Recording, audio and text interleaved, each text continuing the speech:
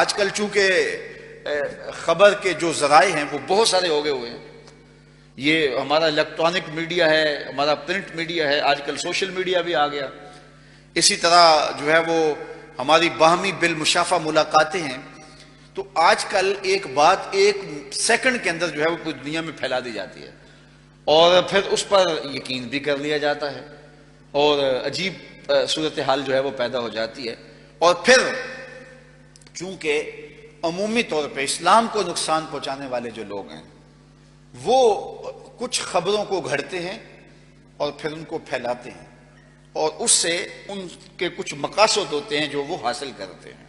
اگرچہ اس کی بعد میں تردید بھی ہو جائے لیکن تردید ہوتے ہوتے وقت لگتا ہے، تو اس کے جو مطلوبہ اہداف ہیں اور نتائج ہیں وہ قوتیں حاصل کر لیتی ہیں. آپ اپنے پاکستان کو دیکھ لیں گے کہ خبر کے اندر خبریت اس کو سمجھا جاتا ہے جس میں شر ہو اور جس میں پاکستان بدنام ہوتا ہو، جس سے خیر کے پہلو نکلتے ہوں، جس سے پاکستان کا امیج بہتر ہو رہا ہو، تو آج وہ خبریں نہیں دی جاتی.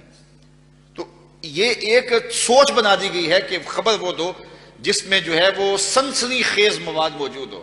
ہر شخص جو ہے وہ اس دوڑ میں لگ گیا اور اس سے جو نقصان ہو رہا ہے تو ہماری اچھی قدروں کو کچل دیا جاتا ہے. چونکہ خبر میں جو سنسی خیز مواد چاہیے ہوتا ہے تو وہ جرائم کی خبریں ہوتی ہیں، ان میں زیادہ ہوتا ہے، تو عمومی طور پہ جو ہے وہ خبریں مشتہر ہوتی ہیں اور خیر کی خبریں مشتہر نہیں ہوتی.